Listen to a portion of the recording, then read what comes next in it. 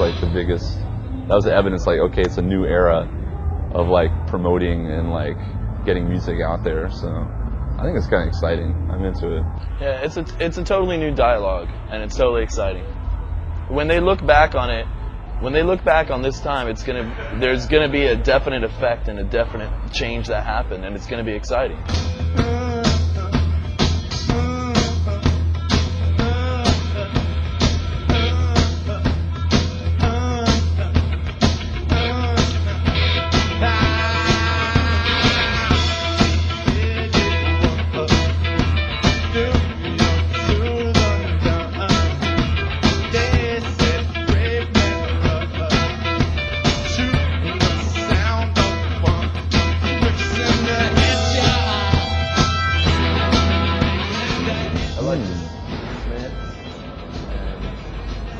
I liked 50s rock and roll, R&B, early music,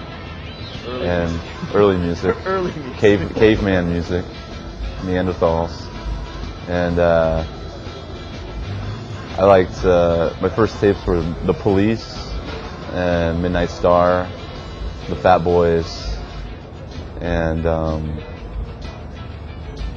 I guess Talking Heads.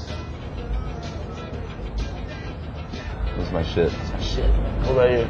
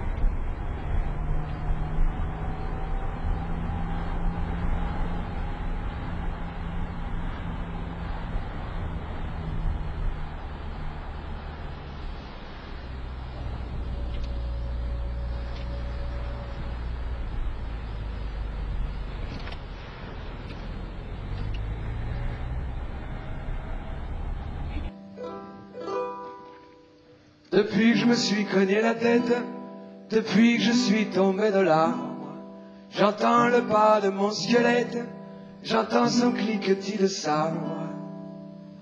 Le squelette, mon ami, veux-tu du salami? Squelette, mon garçon, veux-tu du saucisson? Je comprends ton mal-être dans l'armure de l'ancêtre, tes soirées sont mortelles dans l'armoire à dentelle. Alors il se débine par la fenêtre à guillotine, la lune astropsène éclaire la scène. J'ai l'impression d'être, de pratiquer un certain folklore quand même, puisque je raconte aussi des histoires familiales dans mes chansons. Il y a des éléments comme ça, des éléments autobiographiques qui sont plus ou moins visibles, mais qui pour moi sont authentiques, puisque ce sont les miens. Et puis j'ai l'impression aussi, c'est ça, de m'inscrire de peindre une époque, une vision, un regard, un humour, etc. sur la longueur. Et donc de m'inscrire dans une tradition folklorique, ouais.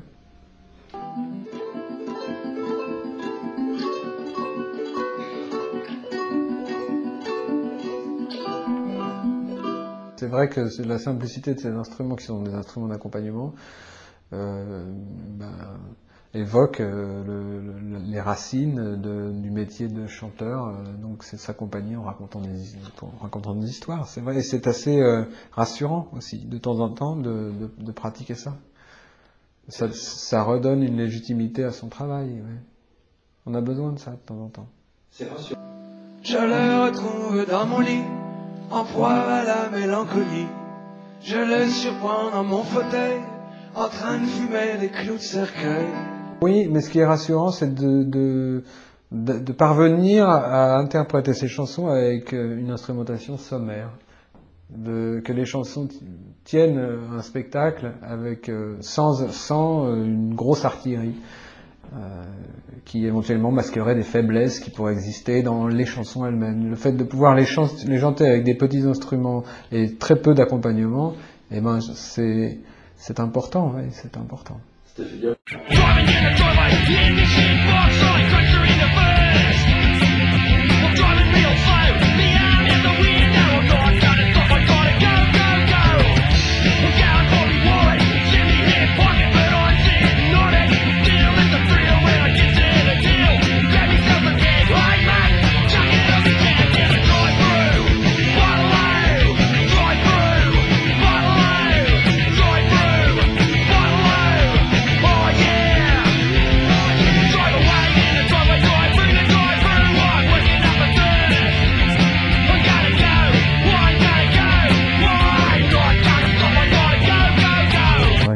Beaucoup trop, du point de vue de la production et peut-être pas suffisamment du point de vue intellectuel, si vous voulez.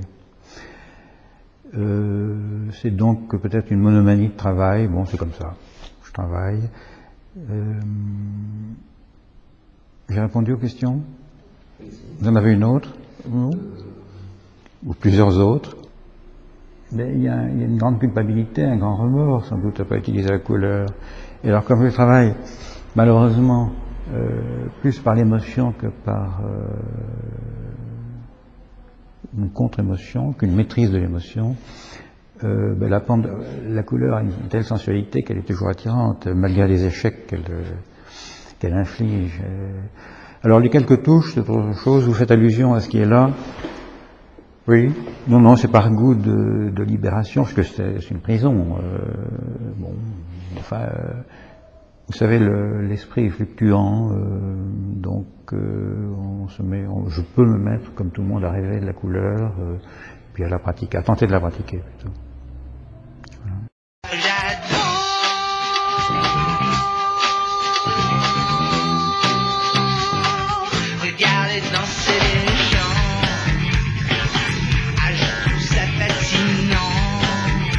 Le principe, enfin le mot pour définir tout ce truc-là, c'est mash-up.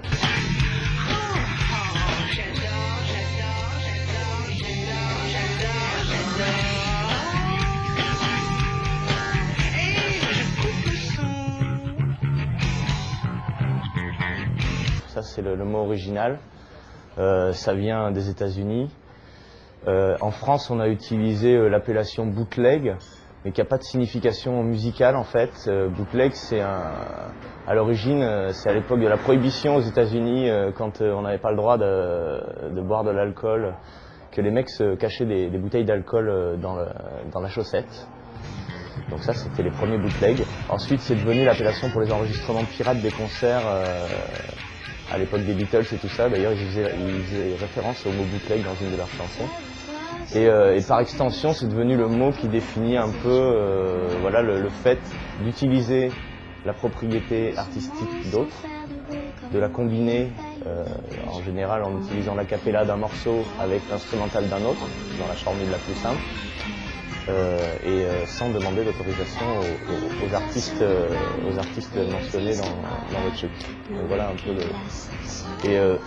la notion de remix dans tout ça est encore différente, puisque en général le bootleg, enfin ce que j'appellerais un remix, c'est quelque chose où on crée complètement à partir en général d'un acapella officiellement obtenu, on crée tout un nouvel arrangement musical pour donner une nouvelle lecture du morceau.